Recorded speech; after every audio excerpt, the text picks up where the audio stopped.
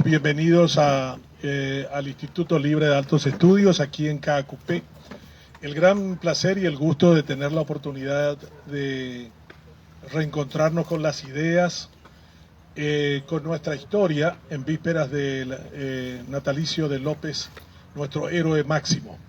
Y con historias y trazos de la vida de López, que es también, en cierta manera, nuestra propia historia. La historia del Paraguay está muy entroncado a lo que algunos denominan el genocidio americano, otros hablan de un holocausto.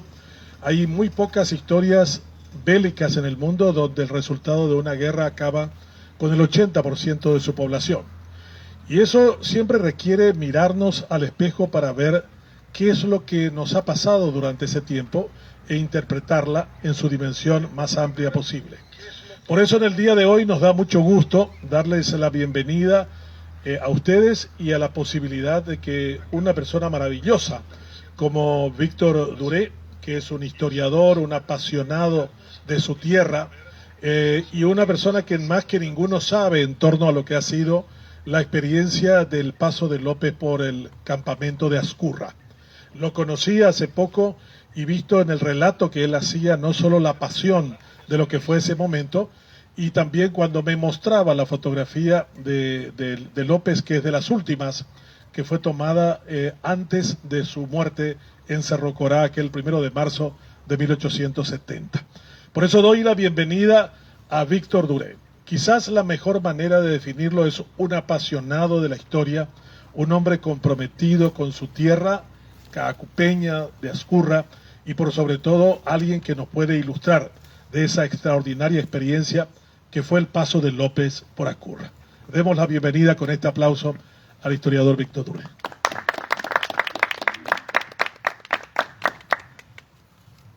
Bueno, desde luego que realmente esta presentación siempre hecha por Benjamín, ¿verdad?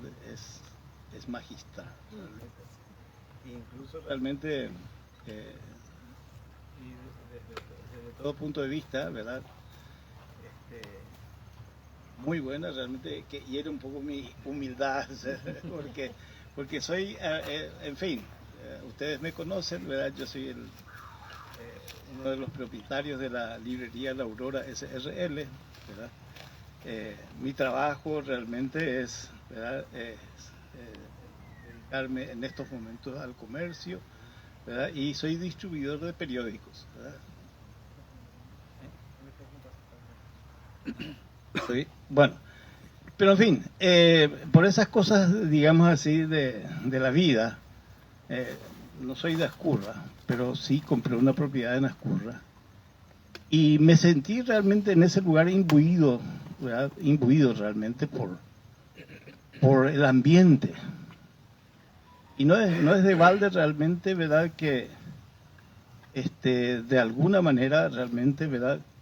Queda en el ambiente, en los átomos todavía que están en Ascurra, queda esa sensación realmente, ¿verdad?, que vivieron nuestros antepasados. En Ascurra, por sobre todo, realmente es el símbolo para nosotros, ¿verdad?, para nosotros realmente, ¿verdad?, es el símbolo de la resistencia a la invasión extranjera. Es donde vino a refugiarse todo el Paraguay. Cordillera fue el lugar donde, una vez derrotado y avanzando, ¿verdad?, el ejército, que era realmente una horda, ¿verdad?, una horda más bien realmente, ¿verdad?, que venía saqueando, violando, etcétera, etcétera, ¿verdad?, matando, ¿verdad? Los paraguayos que vivían todavía, ¿verdad?, vinieron a refugiarse. Todos esos pueblos que estaban a orillas del río, y siempre sabemos realmente que toda civilización comienza a orillas de un río, ¿verdad? También en el Paraguay, ¿verdad?, la mayor parte de la población en ese momento estaba a la vera del río, la mayor parte. Y cuando avanzaban las tropas invasoras, uso más el término invasores realmente que aliados, ¿verdad?, porque ellos fueron invasores. Cuando avanzaban las tropas invasoras, la gente, ¿verdad?, vino a refugiarse en las serranías, ¿verdad?, escondiéndose para esconderse algunos, ¿verdad?, y una vez que se encontraron en Cerro León, en el campamento Cerro León, que era el lugar que siempre la gente tenía como el lugar en donde se iban a encontrar, ¿verdad?, el mariscal que venía de la derrota de Villeta, de Lomas Valentinas, se encuentra, ¿verdad?, ahí con el pueblo ese que está desplazado, precisamente, ese pueblo desplazado, ¿verdad?, que venía, ¿verdad?, huyendo, ¿verdad?, de la barbarie. Se encuentra ahí y justamente McMahon, que recién había llegado al país, él llegó a fines de noviembre. McMahon era el general McMahon, era el embajador enviado por los Estados Unidos, en vez de Wadsworth. Wadsworth era el anterior embajador que había hecho una conspiración en contra de López. McMahon vino a reemplazarlo, ¿verdad?, y se encuentra realmente con la situación, y enseguida él, ¿verdad?, enseguida él se da cuenta también, porque era un antiesclavista, era justamente un general, ¿verdad?, del ejército del norte, que había triunfado en contra del esclavismo. Era un demócrata, sí, era un demócrata, era un republicano, ¿verdad? Entonces se dio cuenta de que la República del Paraguay, ¿verdad?, estaba resistiendo al imperio esclavista del Brasil, fundamentalmente, que era el que tenía la carga fundamental en ese momento, ¿verdad? Y aliado, ¿verdad?, desde luego, ¿verdad?, aliado con la Argentina y el Uruguay, o por lo menos realmente, ¿verdad?, ese sector gobernante del Uruguay. Flores, el general Flores. Bueno, entonces ahí se genera realmente la resistencia, y justamente con esa gente se encuentra, ¿verdad?, con los desplazados se encuentra López, y él tenía realmente, ¿verdad?, justamente le había dicho McMahon, que parece ser que tuvo conversaciones con Caxias, de alguna manera tuvo relaciones, porque se habla de sus mismos, digamos, orígenes masón, ¿verdad? Los dos eran masones, Caxias y McMahon, ¿verdad? De alguna manera, ¿verdad?, digamos, también dicen que tuvo participación en el escape, ¿verdad?, porque escapó por una vía realmente de Lomas Valentina, de Villeta, que vino hacia Cerro León, el mariscal López. Y le había ofrecido, porque le había ofrecido el exilio con todas sus cosas, un exilio de oro en los Estados Unidos. Ahí lo vamos a tener a usted muy bien. Y viene, sin embargo, López, se encuentra con la gente desesperada, tenemos que seguir resistiendo, tenemos que seguir, ¿verdad?, tenemos que seguir, y encabece usted esta resistencia, esta resistencia. Y entonces optó López ahí, ¿verdad?, entre el exilio de oro, ¿verdad?, y la resistencia, ¿verdad?, optó López por la resistencia. Esta opción realmente está muy... Yo les recomiendo alguna vez que lean la carta que le envía justamente el mariscal López. El mariscal López le envía desde acá de Ascurra a su hijo Emiliano a través de McMahon. Cuando regresa él a los Estados Unidos, va a Europa donde estaba Emiliano y le lleva una carta. Esa es una carta que es buena realmente que alguna vez lean, porque es una carta que le hace un padre a un hijo, ¿verdad? Inclusive realmente dándole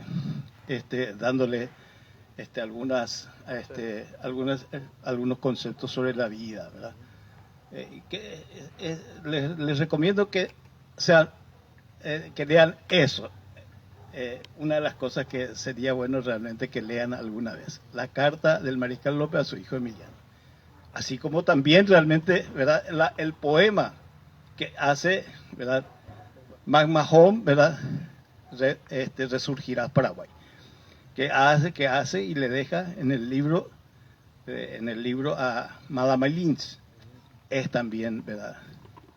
Es también muy interesante. Ya, digamos, en ese poema, él adelanta realmente el papel primero realmente de alguna manera rescata el papel que tiene la mujer en esta etapa de la lucha, en esta etapa, digamos, de la guerra, de la lucha, en esta etapa de la guerra, y también rescata ya lo que va a hacer realmente la mujer, ¿verdad?, para hacer resurgir el Paraguay. Y así se llama su poema, Resurgirás Paraguay. Resurgirás Paraguay. Bueno, yo creo que, bueno, ese es el contexto un poco realmente de la situación, ¿verdad?, en ese momento. Pero habría, también en este librito, ¿verdad?, en este trabajo que vamos a ver, Cordillera Resistencia Popular a la Invasión Extranjera, nosotros establecemos justamente en esta etapa de la guerra cómo estaba la situación. Los generales, todo el Estado Mayor brasilero, fundamentalmente brasilero y casi también los argentinos, todo el Estado Mayor se estaban retirando. Estaban anonadados realmente por lo que fue realmente por lo que fueron esas batallas de Lomas Valentina. Anonadados. Y el mismo conde de Eu reconoce, dice, cuando vino acá, ¿verdad?, y vio, ¿verdad?, las tropas tienen temor, dice, de combatir, dice, ¿verdad?, de temor, y cuando ven un grupo de caballería ya, ¿verdad?, entran, dice, en pavor. Tenemos que trabajar. ¿Quién fue el conde de Eu? Justamente a partir de estas batallas de Lomas Valentinas, que fue en donde fue no diezmado, fue aniquilado el ejército paraguayo. Porque aquellos, ¿verdad?, que no fueron muertos, fueron degollados, ¿verdad? Los heridos, ¿verdad?, no respetaron. Y las mujeres que fueron prisioneras, que actuaban ya en ese momento, ¿verdad?, como apoyo, ¿verdad?, ya sea realmente, ¿verdad?, como apoyo, enfermeras, ¿verdad?, etcétera, etcétera, que fueron prisioneras, fueron llevadas a Asunción, ¿verdad? Y hay relatos, ¿verdad? Hay un lugar realmente donde fueron llevados, ¿verdad?, y fueron violadas hasta la muerte. Se las mató a esas 800 prisioneras de Abadú y Loma Valentina, ¿verdad? Imagínense ustedes, 20.000, ¿verdad?, o 15.000 soldados que quedaban realmente, ¿verdad?, que quedaban. Y desde luego que ya no podían ser controlados ni por sus propios oficiales. Bueno, esas son situaciones justamente, ¿verdad?, justamente que se estaban dando, ¿verdad? Pero esos combates realmente de Lomas Valentinas fueron tan fieros. Ahí hay hechos, hay relatos realmente, ¿verdad?, impresionantes. Alguna vez lean realmente, ¿verdad?, y van a ver, ¿verdad?, van a ver realmente cómo fue el combate ese. Y el Estado Mayor quedó anonadado. Caxias, primero realmente él quedó, ¿verdad?, después de que llegaron a Asunción y no pudieron controlar a las tropas, ¿verdad?, que empezaron el saqueo, ¿verdad?, el saqueo así más tremendo.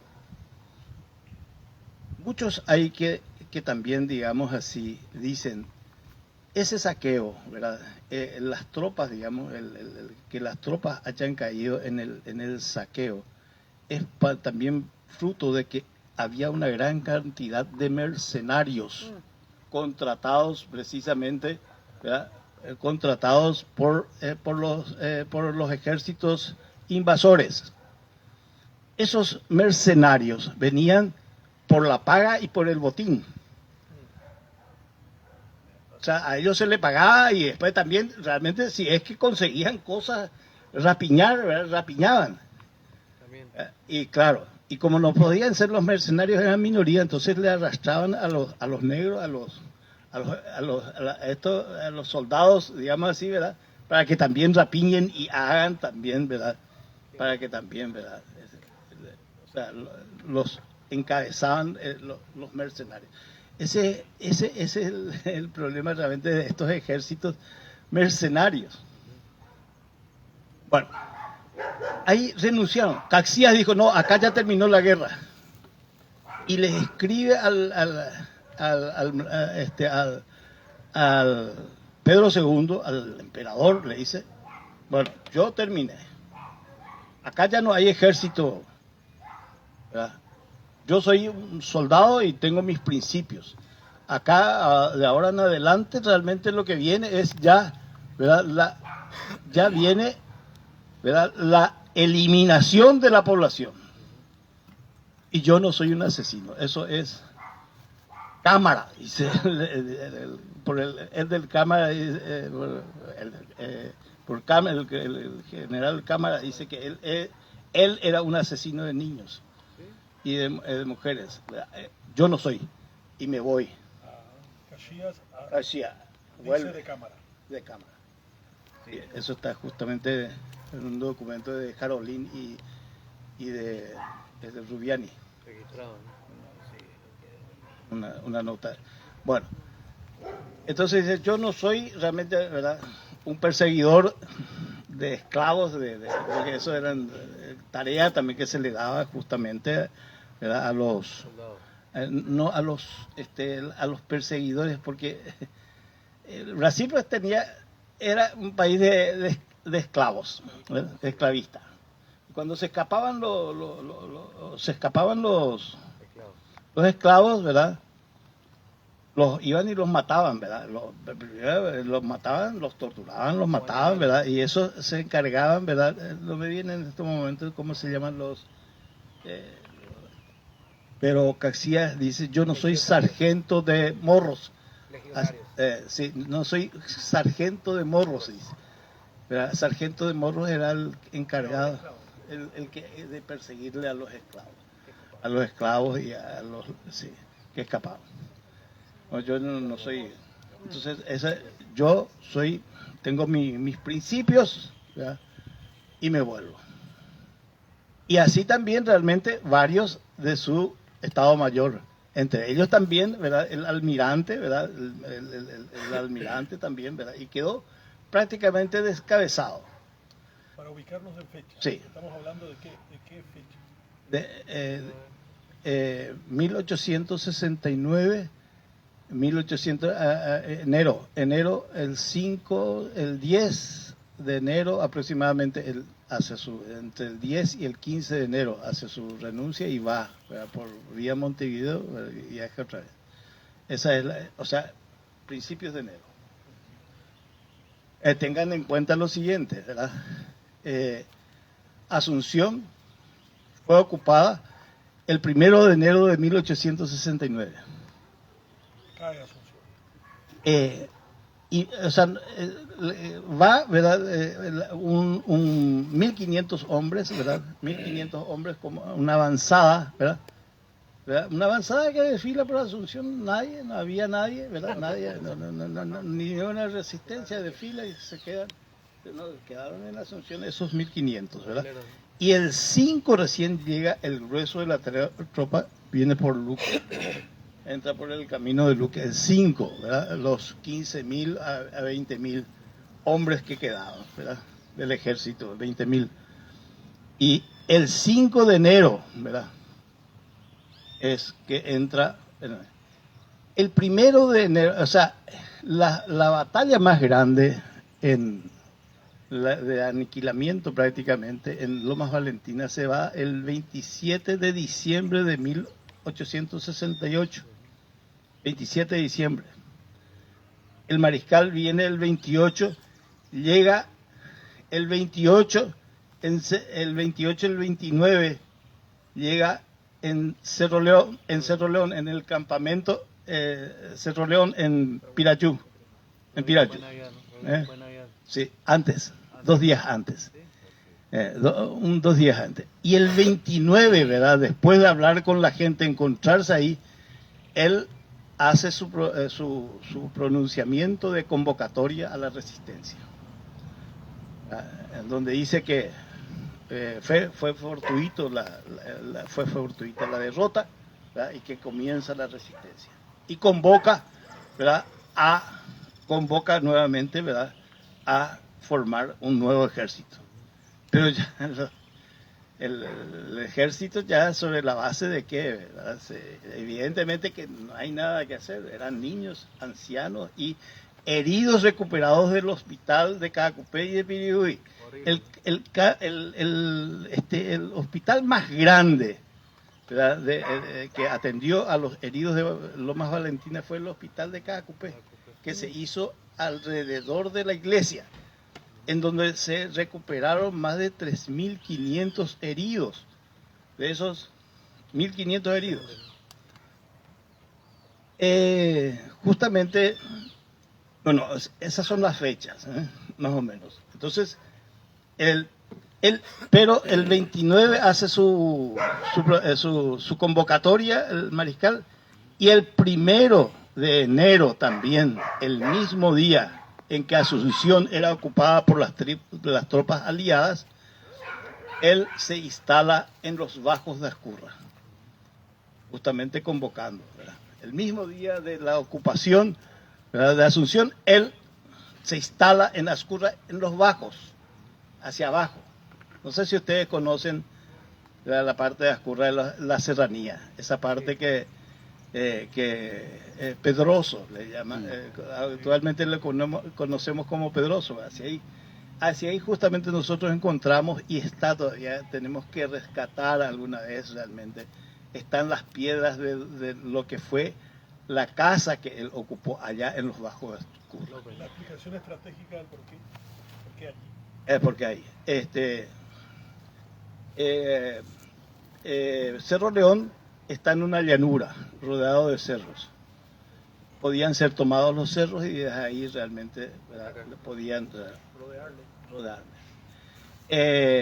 En Ascurra, ¿verdad?, en Ascurra, sin embargo, ¿verdad?, estaban los bañados, ¿verdad?, del arroyo Pirayú, cuando eso muy grande, crecido, ¿verdad? Y ahí hicieron una trinchera también, antes del campamento. Pero por sobre todo, al instalarse ahí también, comenzó la construcción del campamento de acá, de arriba, de arriba, de la parte de arriba, los ranchos y la casa del mariscal acá, porque él pensaba replegarse, ¿verdad?, en caso de que sean atacados, ¿verdad?, replegarse en las alturas. Y comenzó la construcción también de las trincheras, ¿verdad? Ahí estuvo, ¿por qué en ese lugar? ¿Verdad? Porque estaba cercano entonces, ¿verdad?, a los cerros donde podían, ¿verdad?, refugiarse, ¿verdad? Y desde luego las trincheras, que eran muy importantes.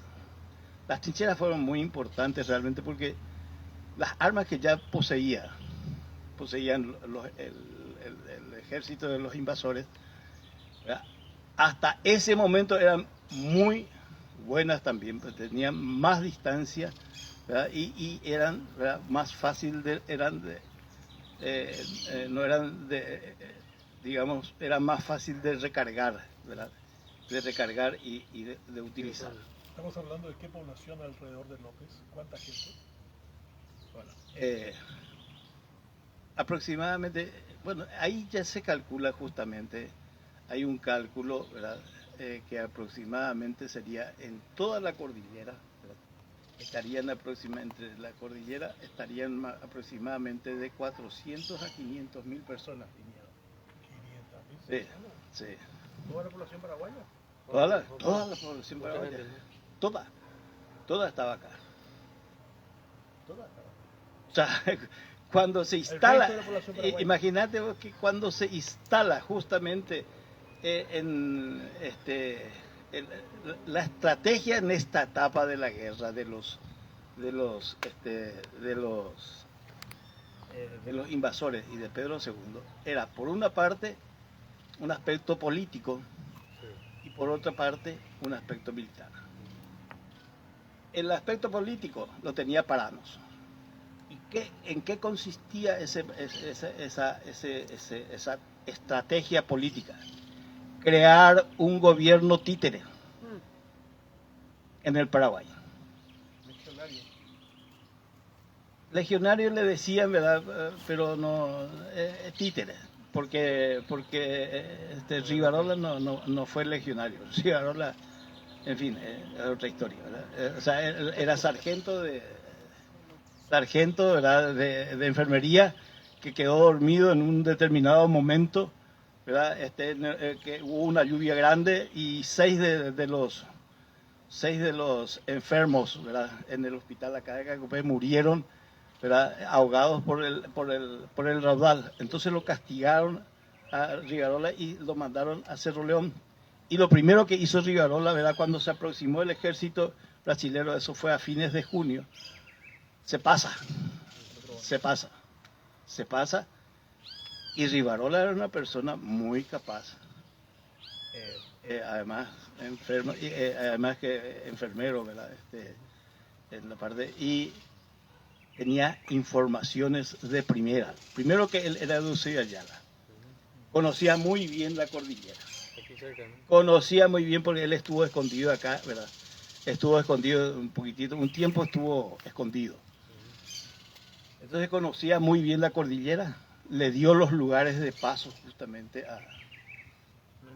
al conde de Eu, a las organizaciones, ese entrevistó con el conde de Eu, le dio con detalles realmente también, ¿verdad? En tal parte, tal regimiento, en tal parte, tal regimiento, tantos hombres. ¿Por qué? Porque él estaba en contacto con los enfermos y le decían, de Pío Moguay, de qué regimiento y cuántos son ahí, que esto, lo otro, y le daban, la gente realmente en ese momento le daban los datos y fue el que pasó la información más precisa y hizo justamente que el 7 de julio tomen la determinación de no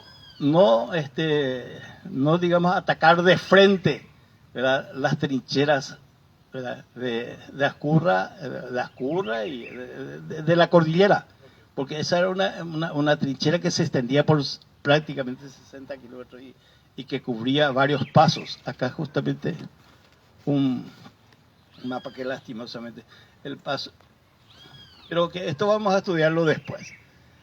Pues creo que tenemos que volver a reunirnos, porque acá hay dos fechas muy importantes, el 24 y también el 13 de agosto. El 13 de agosto, el día en que se retira, un día después del 12 de agosto, el día en que se retira el ejército de esta parte de la cordillera, ¿verdad? De esta parte de la cordillera, digo, porque no es solamente de Ascurra, sino que están de los otros lugares, Pedroso, Atirá, Cabañas, Atirá, Altos, eran los lugares en donde había, eran los pasos que estaban protegidos por el ejército. Bueno, Víctor, en términos de vida cotidiana, ¿cómo se vivía en el campamento de Ascurra? ¿Cuánto tiempo estuvo López ahí? 6 meses, ¿no? Vos tenés una... Yo tengo, Hay... sí, ¿puedo, permiso? Sí, le podemos dar el micrófono un rato. Adelante. Sobre la vida cotidiana de López en Ascurra. Ah, de López no. Del pueblo. Sí. ¿Nos te presentás, por favor? Sí, buen día. Yo soy Marisa Ferreira. Estaba estudiando esa parte de cómo se organizaba el pueblo. Es impresionante. Yo creo que es un valor que debemos rescatar del pueblo y de los caacupeños, porque ya en el año, mucho antes del 69, el pueblo se organizó para, a ver si me... Sí, se organizó para, disculpe, acá ya. En diferentes ciudades de Cacupé, primeramente, sí, de la cordillera, y acá tengo una lista de cacupeñas que donaron sus joyas. Dice Juana Evangelina, donó un anillo de oro de topacio, un par de anillos de oro con piedras. Josefina Antonia Lesme. Marisa, pero para la pregunta es, Sí. ¿por qué no lees ese párrafo De los libros. De Estrella? De Estrella Ah, es sí, donde dice sí. cómo era la vida en el campamento. Según Estrella, grande era la animación que reinaba en los campamentos paraguayos. Tal era el espíritu de nuestras tropas, refiere que sin hipérbole puedo asegurar no haber conocido mejor en ninguna parte la animación que reinaba.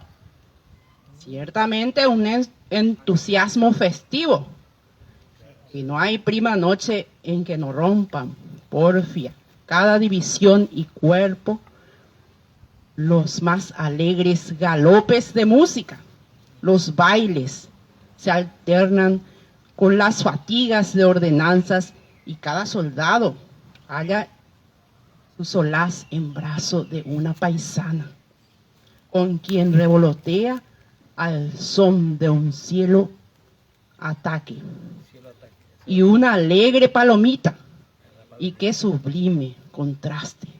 Guerreros acerados que se han templado en la fragua de los sufrimientos al juego del patriotismo, con su tez bronceada por el sol y el agua, sus manos encallecidas con el trabajo y el manejo de las armas, se flexibilizan, dice, cual hiedra débil al contacto del delicado talle de nuestras bellas, que más que en ningún tiempo cruzan nuestros campos como blancas mariposas.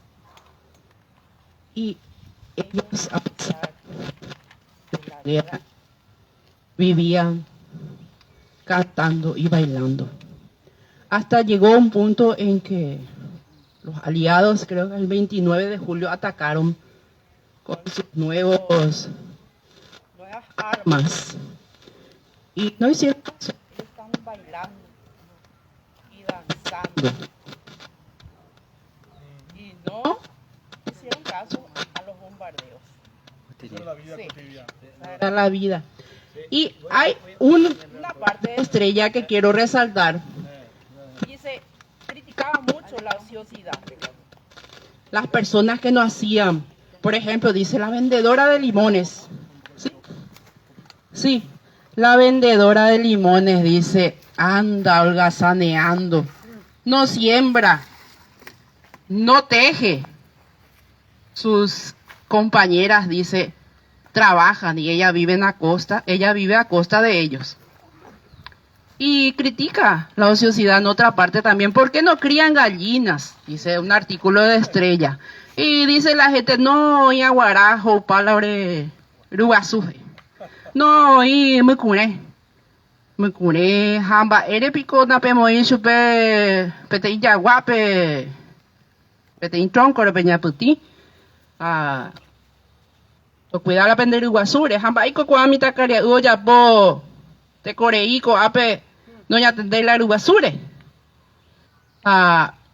Peaja de pete parte, admiro mucho porque criticaban y a la vez decía, a esta debemos ayudarla, por ejemplo, a la vendedora de limones, que se dé cuenta de su ociosidad.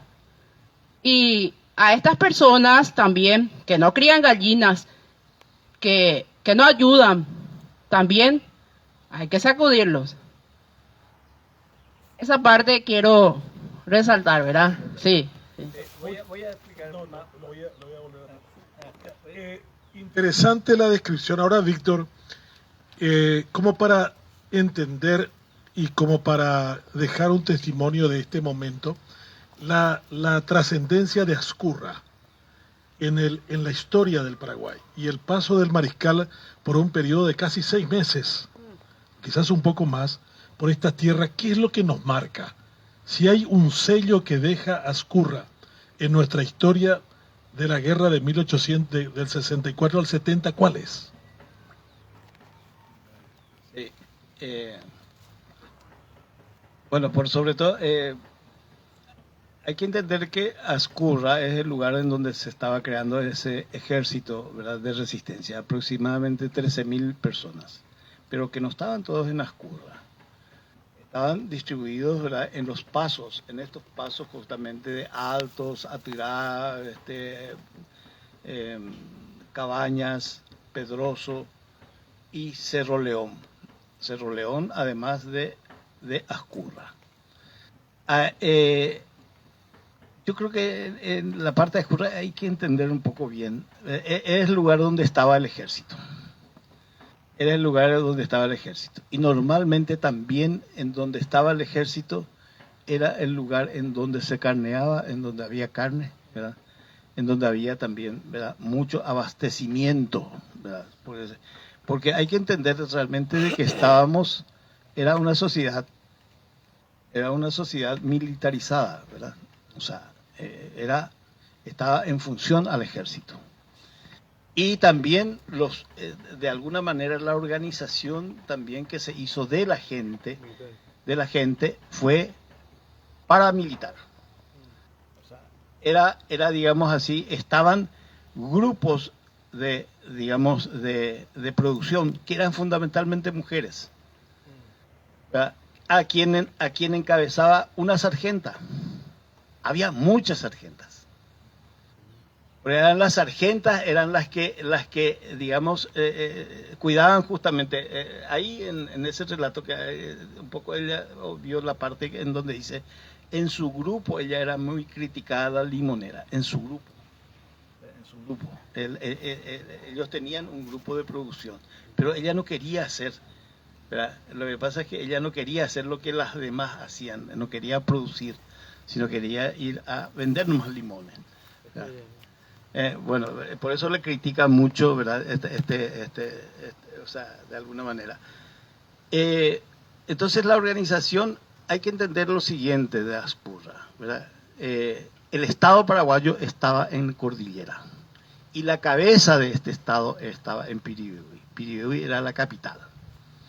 Y desde ahí se organizaba también, ¿verdad? Desde ahí se organizaba no solamente el suministro, ¿verdad?, al cuartel, ¿verdad?, de los soldados, ¿verdad?, al ejército, sino también se preocupaban de la vida de la gente, de la vida, ¿verdad? Y por sobre todo realmente la producción. Hay datos, por ejemplo, muy interesantes. Yo les recomiendo alguna vez que ustedes lean este librito muy importante que es La Virgen Colorada de Cacupé.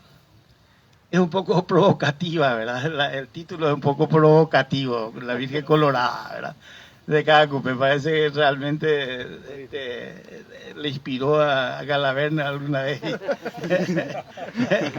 a decir que volvería realmente a ser colorada la Virgen de Cacupé, ¿verdad? Pero volvería, porque Galaverna también es un gran lector, conoce este librito. Y bueno, la vestimenta, evidentemente, cuando se le trajo a la Virgen de Cacupé era roja, ¿verdad?, porque era el color, digamos así. Después se le puso el color de todas las vírgenes del mundo, ¿verdad?, el color celeste, ¿verdad? Ya cuando justamente con maíz. Pero después de la guerra del 70. Este librito sería bueno realmente que lo tengan, ¿verdad? Porque es un buen análisis y es desde todo punto de vista, incluso realmente la forma en que hace el análisis José Antonio Vázquez, ¿verdad?, en base a documentos, ¿verdad?, documentada, y eso es, digamos, incluso realmente muy importante. Acá, por ejemplo, saca un informe del jefe, digamos, político de Cacupé. En 1868 había no sé cuántos liños de maíz, de esto, lo otro.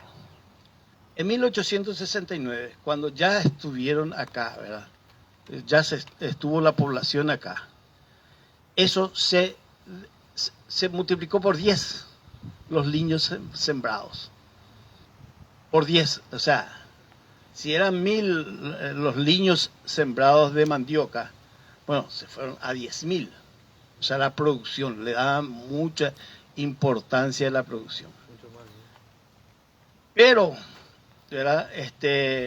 Justamente la estrategia, una parte de la estrategia, bueno, hablamos justamente de la estrategia de crear un gobierno, un gobierno provisor, un gobierno títere, ¿verdad? Por parte de los brasileños. Un poco cuando eso justamente te iba a responder, ¿verdad? ¿Cuánta gente había acá? Cuando eso por lo menos, ¿verdad? Para formar ese gobierno títere se le juntó a todos los paraguayos que eran la mayoría de la legión extranjera, legionarios, mercenarios, etcétera, etcétera, ¿verdad? La mayoría eran argentinos, tenían mayoría los argentinos. Pero el conde de Eu impuso su hombre, Rivarola, el delator, el traidor. Él impuso su nombre, su hombre. Paranos impuso él, y él fue el primer presidente después de Cirilo Antonio Rivarola. Bueno, cuando se hizo esa asamblea, ¿saben cuántos paraguayos estuvieron en esa asamblea? 600 paraguayos. 600 paraguayos estaban en Asunción, no lo pudieron reunir más. Entonces justamente Paranos le dice al conde de Eu, traiga población civil, traigan, ¿verdad? Traigan acá, para que le den apoyo a este gobierno, porque si no este gobierno, ¿verdad?, no tiene legitimidad. Y entonces Cámara, o sea, ¿cómo es que se llama? ¿Cómo se llama el general que murió en el combate de Piriuy? Pedro Pablo Caballero. No, el brasilero, Mena Barreto. Mena Barreto es enviado a una expedición hacia Villarrica y de ahí trae 15.000 mujeres, niños y ancianos. Sí, los trae, pero justamente, ¿verdad?, los embosca, ¿verdad?, a eso, ¿verdad?, Caballero en Uruguay, que es una gran victoria realmente, ¿verdad?, y le quita la mitad de esa población, ¿verdad? La otra, la que llegó ahí a Paraguarí, ¿verdad?, las mujeres, ¿verdad?, violadas, repartidas y enviadas a Asunción.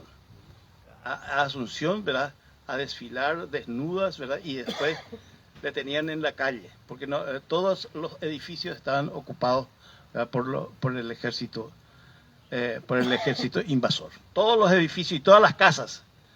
Los paraguayos que iban a Asunción, ¿verdad?, para vivir, tenían que vivir en la calle. Eso dice McMahon, están digamos, en nuestro libro. Bueno, para hacer un redondeo, digamos justamente cómo vivían, ¿verdad? Y evidentemente, ¿verdad?, había, ¿verdad?, por lo menos realmente había, yo creo que había una gran disciplina y una división del trabajo también. Una gran división del trabajo. En Eusebio Ayala y Caraguatán se hacía pólvora. Se extraía el hierro, se extraía de Ucuí, y acá en Cacupé, bueno, ustedes saben, ¿verdad?, acá en Cacupé se hacían cañones. Cacupé, en el arsenal, ¿verdad?, se hacían los cañones de los hierros y también, ¿verdad?, se hizo, ¿verdad?, de los campanarios en el arsenal, que era uno de los arsenales que les sorprendió, ¿verdad?, al conde de Eu y a todos los militares que vinieron a encontrar realmente esa industria, ¿verdad?, sí, esa casi siderurgia, ¿verdad? no quedó nada. Nada. En parte realmente el mariscal, cuando que entró a Cacupé, porque esa es otra cosa que tenemos que estudiar ahora realmente, el primer cuerpo de ejército que él formó, ¿verdad?, que es de Ascurra, fue por este camino, por otro camino. Por un camino así, justamente, por este camino fue, al costado del... Y Caballero, que quedó esperando, ¿verdad?, a las guarniciones de los otros lugares y a la población que quedó en Cacupé, ¿verdad?, hasta la madrugada del 14, el 13 de agosto a las 5 de la tarde va al primer cuerpo de ejército y llega, ¿verdad?, a Caraguatagüe el 15. De paso dejan de paso dejan 1.200 hombres para que cubran la retaguardia. Por eso es que muchas veces dicen que Caballero, la columna de Caballero era para cubrir la retaguardia, y que ese combate de Acostañú, ¿verdad?, fue realmente para cubrir la retirada del mariscal, y es falso. Para mí realmente no es cierto, ¿verdad?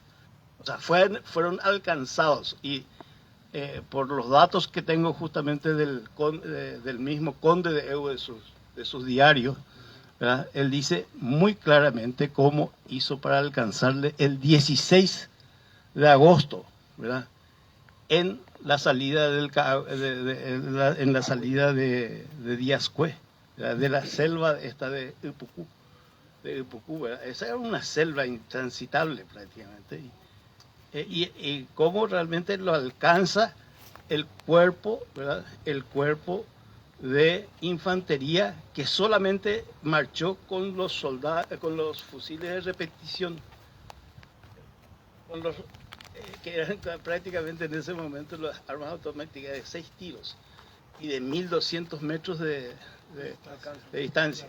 Con esos la alcanzó. Víctor, sí. hay una parte también que es resaltante, el retrato de López en Ascurra. ¿Quién lo hace y por qué es el último retrato de él antes de morir? Y es el último retrato, sí. Eso lo hace el médico, el enfermero, en realidad. Él era laboratorista, y también, por lo tanto, realmente manejaba también ese tipo Para revelar la foto. Para revelar la foto, ¿verdad? Parodi. El doctor Parodi, a quien él le deja encargado el hospital de Cacupe.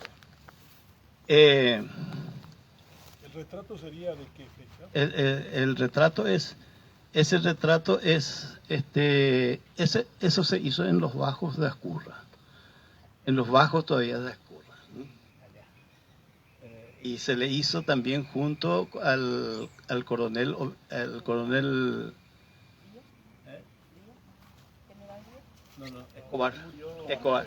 Escobar con sus heridas. Al general Escobar, ¿verdad?, que había pasado el Mandipechua, y son dos, no sé si son 2 o 3 Parodi, ¿verdad? Bueno. Para dar una idea, entonces, digamos, sí, vamos a ir redondeando. El 24 de julio, ¿por qué el cumpleaños del mariscal? Tuvo mucha importancia realmente. Ya el 7 de julio, los aliados tenían ya el plan de ataque. Pero el problema de ellos es justamente una de las cosas que había previsto el mariscal replegarse acá, el aprovisionamiento. Tenía muchos problemas de aprovisionamiento a los aliados. No le llegaban, las vacas que le llegaban eran ya flacas, ¿verdad?, no se podían ya, ¿verdad?, y tanto, ¿verdad? Y esta es la etapa también justamente en que muchos mercenarios fueron contratados en Europa, y en que se trajeron las armas más modernas. Justamente la etapa, ¿verdad?, en que se trajo los fusiles, ya los norteamericanos, ¿verdad?, habían terminado en 1867 la guerra la guerra de secesión. Entonces tenían en depósito, ¿verdad?, muchos fusiles de estos que le dieron justamente, ¿verdad?, la victoria al ejército del norte contra los del sur. Los fusiles de repetición. 6 tiros cargados, 6 tiros que eran, imagínense en una guerra realmente, la diferencia que hay entre el fusil del paraguayo, que es a retrocarga, que se tenía que poner la pólvora, se tenía que aplastar la pólvora, poner la bala y tirar, ¿verdad? El tiempo que se perdió. Por lo menos realmente, y los otros, ¿verdad? Que tenían ya esos fusiles Pinty, y además que tenían una precisión, estos fusiles que tenían los paraguayos, tenían una precisión de 200 metros. Sin embargo, con los fusiles ya, ¿verdad? Norteamericanos, que ya pusieron a disposición de los... ellos hacían negocio, ¿verdad? Le vendieron al Brasil, y el Brasil compró, incorporó justamente para esta etapa 3.500 fusiles de repetición. 3.500. 1.500 para la caballería y 2.000 para la infantería. Eso es lo que se da. Y bueno, en fin, ¿qué pasa realmente en esta etapa, ¿verdad? Este es el momento, ¿verdad?, en que por lo menos, ¿verdad?, la estrategia brasilera, que se basaba en crear un gobierno títere, y segundo, ¿verdad?, el conde de Eu tenía muy buena, incluso se carteaba con los generales Marshall y Sheridan, que habían hecho en la guerra de los Estados Unidos, la guerra total, o sea, la guerra, ¿verdad?, de tierra quemada. Sherman arrasó Atlanta y Carolina del Sur. El tanque americano se llama Sherman por él. Arrasó y quemó completo la ciudad de Atlanta hasta Savannah. Fue el genocida más grande del sur. Georgia, right? Sí. Sí. Y ellos le dijeron no tienes que dejarles ni los ojos para que lloren. No tienen que dejar ni los ojos para que lloren. Nos están viendo y siguiendo en diferentes partes del mundo, y felicitan a Víctor porque dice, está bien tratarlos de ejército invasor y no de ejército aliado. Es demasiado concesivo tratarlo de esa manera.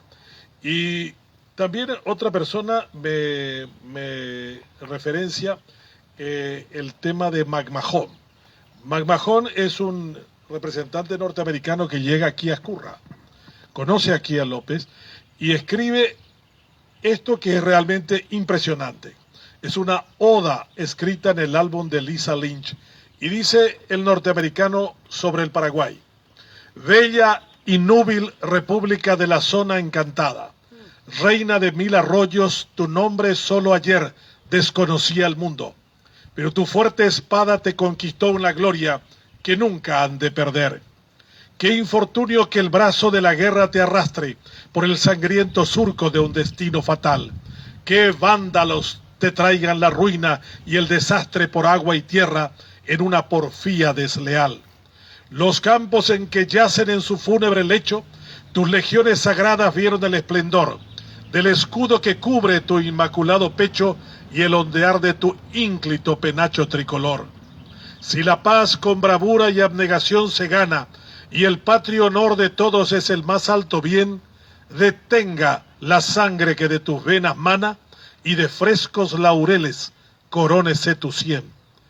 Yo soy un forastero que por ti, noble tierra paraguaya, eleva sus plegarias cuando en torno al clarín llama al combate y ruge sobre la vasta sierra cordillerana.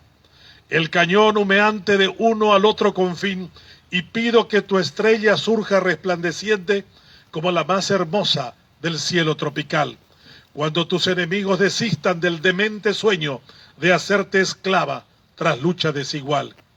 No te extrañe que el hijo de un país tan distante como el mío, que vivió en estas horas de tragedia y de horror bajo tu cielo y supo del brío fulgurante que te infunden en la lidia tu bravo conductor, suplique que por los huérfanos que deja el holocausto, por las viudas que lloran su infinito sufrir, e implore por el oro de un sol radiante y fausto que inunde para siempre la luz de tu porvenir.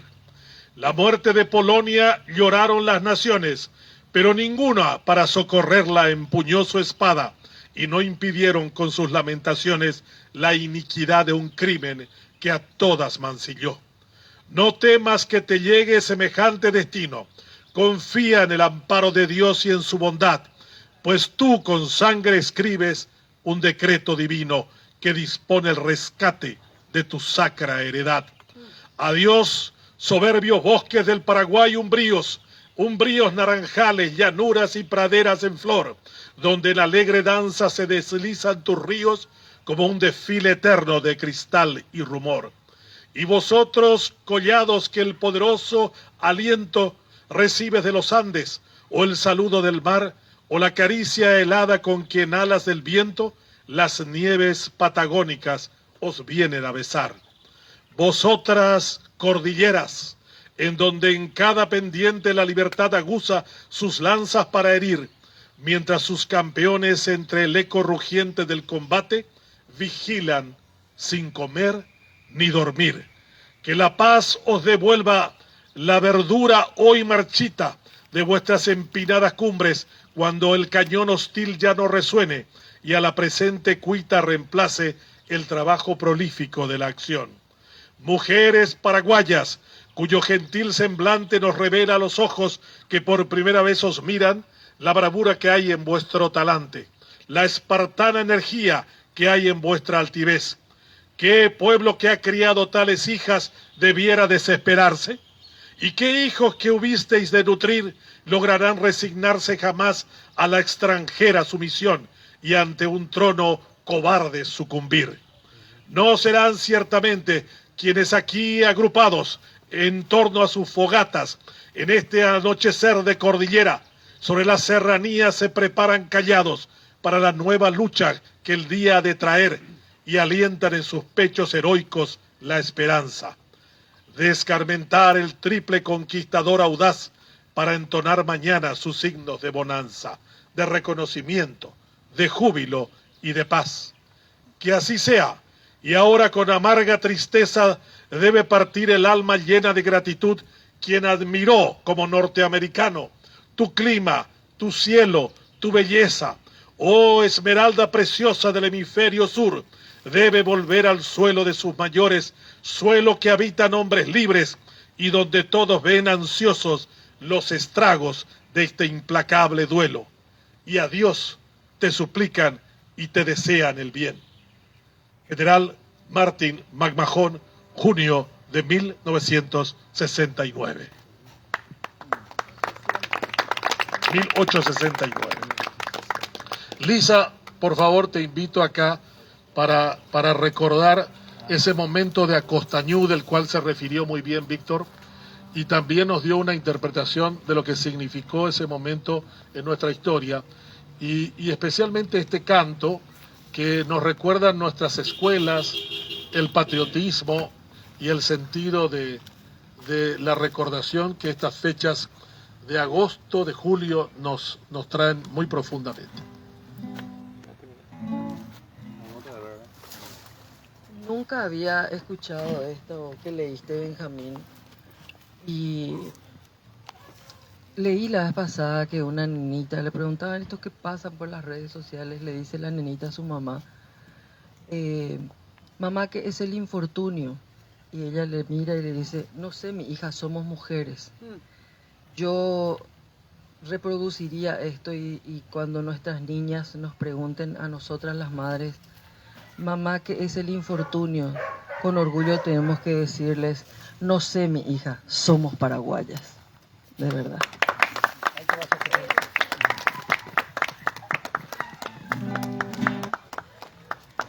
Allá en mi tierra, bordeando el monte, se extiende el campo de Acostañú,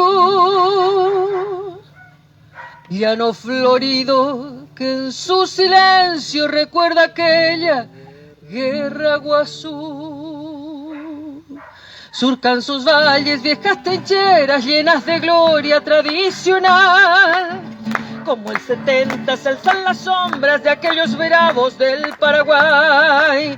Yo quisiera cantarte tu heroico pasado, la gran epopeya de un pueblo viril, pedacito de tierra, color de esperanza, reliquia de gloria y honor guaraní. Yo queriba surcando su valle dormido, cual mudo testigo de tu curuzú. Y en 100 luchas tenaces la cruel resistencia pusieron los héroes de tu acostañú. ¡Eso! Pechos de acero y corazones escalonaron Aguazú. Y hasta los niños de sangre joven dieron en aras de acostañú. Niños y ancianos todos cayeron al juramento de antes morir. Solo una cosa quedó en su puesto, la raza heroica del guaraní. Yo quisiera cantarte tu heroico pasado, la gran epopeya de un pueblo viril. Pedacito de tierra, color de esperanza, reliquia de gloria y honor guaraní. Yo queriba surcando su valle dormido, cual mudo testigo de tu curuzú. Y en 100 luchas tenaces la cruel resistencia pusieron los héroes de tu acostañú.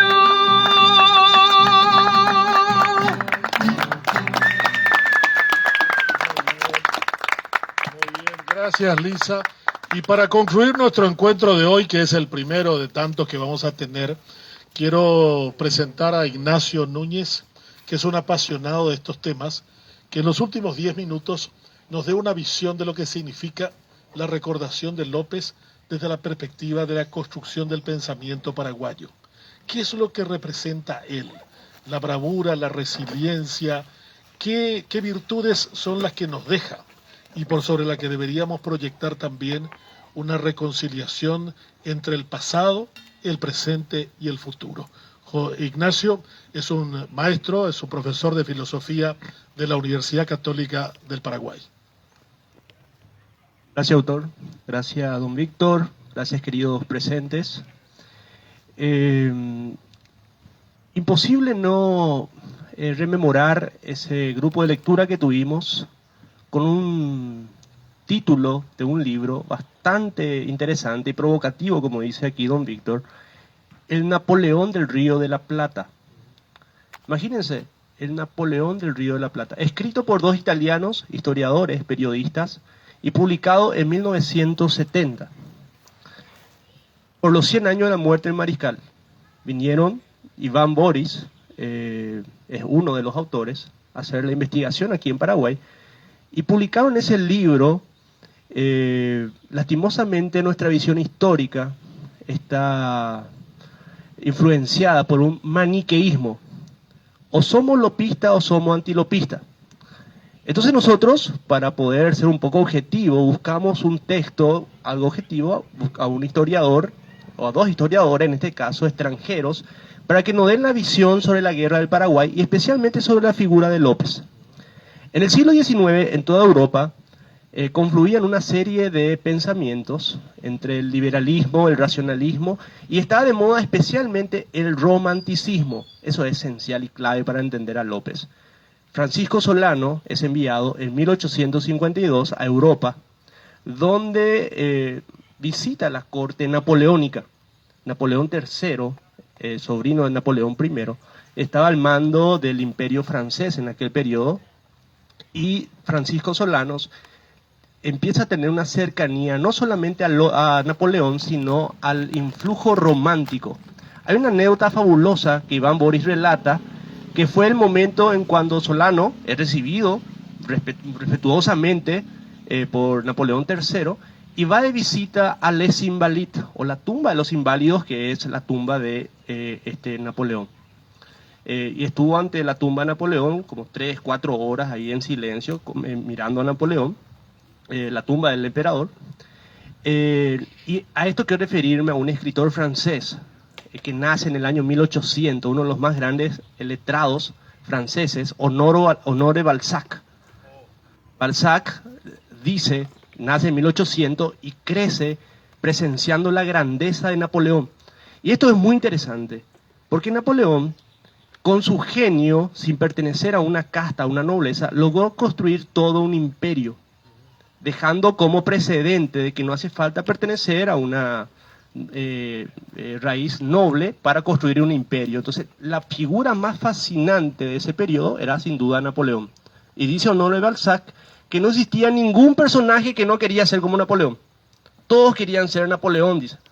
¿Por qué? Porque no hace falta tener más que el genio para construir un imperio e inmortalizarte en la historia. Entonces, Solano López retorna a Paraguay, pero antes pisa tierra argentina, Buenos Aires, donde nace Panchito. Y un periódico porteño, cuando se entera que es Francisco Solano, llega a Buenos Aires, publica el título "Cuidado con López, porque se cree el Napoleón del Río de la Plata". Realmente es fascinante la comparación. Entonces, Iván Boris, uno de los escritores de ese libro, compara a Napoleón, o mejor dicho, a López con el ejército de Napoleón. Para vencer a Napoleón tuvieron que hacer una coalición. La única manera de vencer a este genio universal era una coalición. Y el frío ruso, etcétera, ¿verdad? La misma cosa, para vencer a López tenían que hacer una coalición. Era un periodo, dice Iván Boris, cuando una sola batalla podía definir el rumbo de toda la historia. Eso va a ser criticado, por supuesto, por Arturo Bray posteriormente, ¿verdad? Entonces, ya culminado el Holocausto, el genocidio, la figura de López va a ser probablemente, y sigue siendo, la figura más dicotómica entre los paraguayos. Y eso se ve representado en el gran debate que marcaron Cecilio Báez y especialmente Juan Emiliano Eoleari. Y a esto quiero referirme, ¿verdad? Eoleari es el sacerdote del nacionalismo paraguayo. Y fue discípulo de Cecilio Báez, ¿verdad? Cecilio Báez en sus inicios también fue lopista, pero poco a poco fue influenciado por los porteñistas y terminó siendo un gran antilopista, ¿verdad? Juan Eoleari escribe un libro en 1921 titulado El libro de los héroes. Y yo con vergüenza tengo que decir que ese libro recién lo leí este año. Y creo que muchos los del Areópago recién tuvimos cercanía con ese libro este año.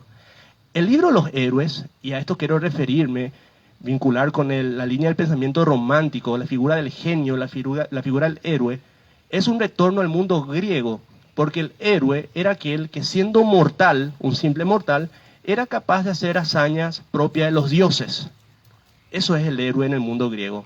El simple mortal que logra construir algo gigantesco o que se inmortaliza en la historia. Y hay un Napoleón, un Alejandro Magno, un Carlo Magno, etc. Entonces, para Juan Eoleari, en el libro de los héroes, se propone reivindicar a todos los héroes. Y el primer héroe que reivindica es nada más y nada menos que el teniente José María Fariña, el héroe de los lanchones, que lo encuentra en Parque Caballero. El relato es fascinante, yo les invito a leer. Todo cacupeño debería de leer ese libro, el libro de los héroes, y hacer realce en el texto, en el primer capítulo, el héroe de los lanchones.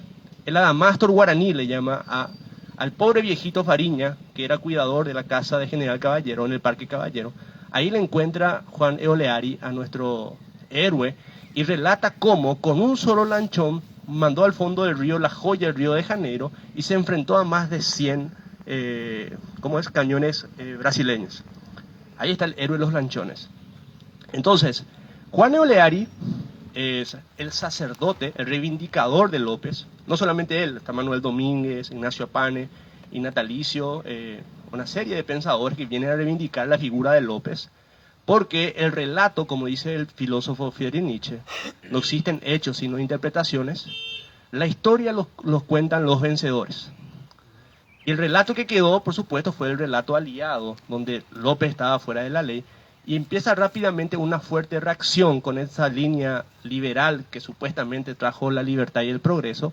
Lo único que trajo fue destrucción y barbarie, ¿verdad? Y empieza la reacción, digamos, de estos pensadores que nacen justamente de este genocidio. Entre ellos, Juan Eoleari, insisto, es el sacerdote del nacionalismo paraguayo, el gran reivindicador de Francisco Solano López, el gran difusor de todos los héroes. Ese libro es fascinante, el libro de los héroes. Por supuesto, escribe también en 1924 un libro dedicado a Solano López, donde justamente esas series de referencias, que probablemente pudo haber sido construido por Juan Eoleari, poniendo en boca de López los últimos discursos, pero probablemente también pudo haber sido de López, porque él realmente hablaba en esos términos, en términos románticos. López estaba convencido, por ese influjo romántico, que él estaba destinado a marcar la historia para siempre. Y eso se ve reflejado en la entrevista a Yateití Corá. Como nunca en la historia, López se pareció a Napoleón en esa entrevista a Yateití Corá, según Iván Borja, este historiador. Por toda la gala, por todo lo que, toda esa parafernalia de megalomanía y de grandeza que, digamos, asimiló en su atmósfera en esa entrevista a Yateití Corá con Mitre. Se vistió como un verdadero Napoleón para irse a esa entrevista y tenía un aire de grandeza extraordinario.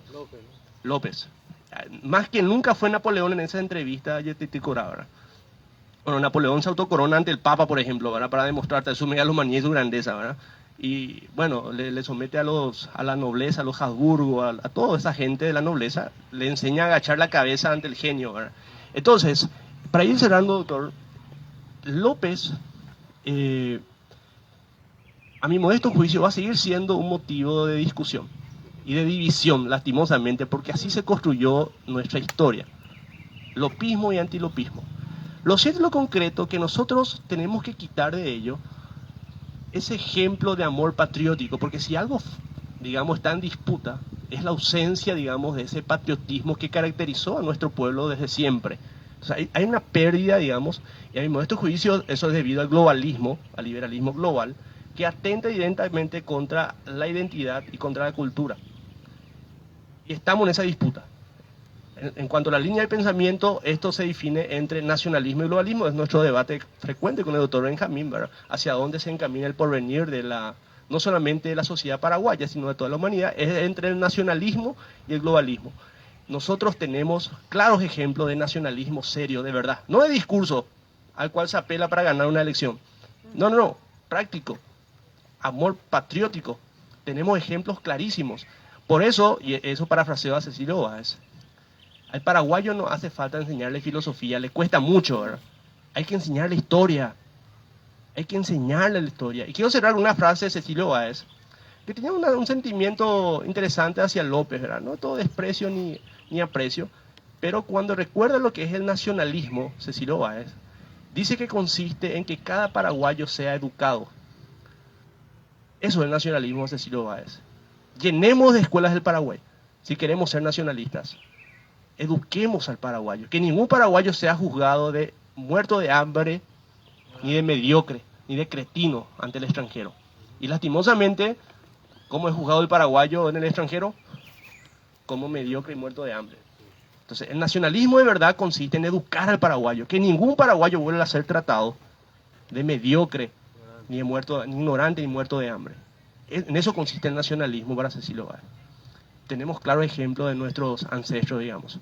Entonces, a modo de conclusión, esas palabras, digamos, en disputa, ¿verdad? Muy bien, muchas gracias a Ignacio sobre esta reflexión desde Estados Unidos. Marta Fernández dice, hasta hoy en día hay mala sangre entre el norte y el sur americano en Estados Unidos. Vivo en Carolina del Sur desde hace 35 años y todavía los sureños desconfían de los yanquis, así le llaman a los del norte. Ahora de a poco en el sur va desarrollándose una economía, sobre todo después del COVID, y hay un éxodo de los yanquis del norte a las tierras del sur, que es impresionante. Será interesante ver las implicancias políticas, económicas y culturales que esto podría tener en el corto plazo o en el largo plazo. Debo agradecerles a cada uno de ustedes. Ayesa nos preparó un poema. Dice, no hay mejor manera de que terminar una reflexión sobre nuestra historia magnífica que hizo Víctor sobre el paso de López en Ascurra. Yo creo que después de esta descripción, acá hay una invitada nuestra que se dedica a la promoción del turismo cordillerano. Hay que incluir a Ascurra en ese turismo histórico. Hay que contar, hay que mostrar. Está Julio, que es un maestro de escuela, un director de escuela, o de Ascurra, que es un hombre muy orgulloso de su tierra como tiene que ser y que está también dispuesto a hacer conocer. Esto queda aquí a 30 cuadras del centro de Caacupé. Y la mayoría de los caacupeños que conozco, yo le digo, ustedes conocen el campamento Ascurra de López y no conocen, no saben.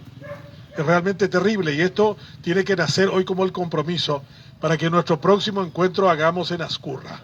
Ahí tendríamos que reflexionar sobre el paso de López en ese sitio que Julio y Víctor han hecho para nosotros una descripción magnífica, y también Marisa, en aquel domingo caluroso que nos tocó participar de esa clase magistral de historia paraguaya.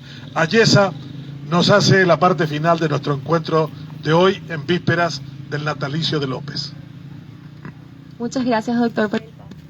Muy buenos días con todos y cada uno de ustedes, también para los que nos siguen en las redes. Antes de recitar mi poema quisiera hacer una aclaración, ya que hay muchas personas que siguen confundiendo los términos entre poesía y un poema. La poesía es reconocida por ser un género literario que por muchos también es considerado una belleza escrita. Por otro lado, el poema más bien viene a ser una composición poética, que quiere decir que es una obra de la poesía. Es correcto decir, por ejemplo, que se va a hacer un llamado a concurso de poesía, pero no es correcto decir hacer un llamado a concurso de poemas. Y les voy a hacer un ejemplo un poquito más claro. Cuando nosotros queremos escuchar una música es muy general, entonces nosotros buscamos una canción. La poesía viene a ser la música y los poemas vienen a ser las canciones, es decir, que la música engloba las canciones y así también la poesía engloba todos los poemas. Por otra parte, el recitado y la declamación también se suele confundir. Cuando una persona hace la proyección de su voz acompañado de un texto, viene a ser un recitado. Por otra parte, cuando una persona usa la proyección de su voz, usa los ademanes, la expresión corporal, sin uso de un texto, es declamación. Entonces, aclarado esto, entonces voy a recitarnos. De la pluma del autor paraguayo Emiliano R. Fernández, el poema titulado Francisco Solano López. Mariscal Francisco Solano López, lámpara para nuestra historia, que alumbró en Cerro Corá, la cual para nuestra gloria ningún viento lo apagará.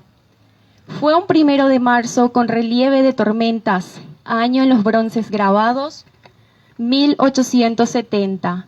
Nunca la nación olvida aquella fecha inmortal, cuando perdiera la vida el invicto mariscal, que abrazaba su bandera. Sufrió una muerte cruel en solitaria frontera, junto a un monte laurel. Hoy, 1 siglo y medio después de aquella lucha cruenta, tus nobles hijos de pie limpia de ti toda afrenta por los años de los años. Para ejemplo, los hombres, nunca en un lugar honrado será olvidado tu nombre. Hoy, la altiva juventud canta tu nombre triunfal, vibrando plena de luz la epopeya singular. Mariscal Francisco Solano López, lámpara para nuestra gloria que irradia en Cerro Corá, según demuestra historias que ningún viento lo apagará. Y ahora, ¡viva el Paraguay! ¡Viva el gran Mariscal Francisco Solano López! ¡Viva! Y viva nuestro gran Emiliano R. Fernández. ¡Viva! Señoras y señores, muchas gracias.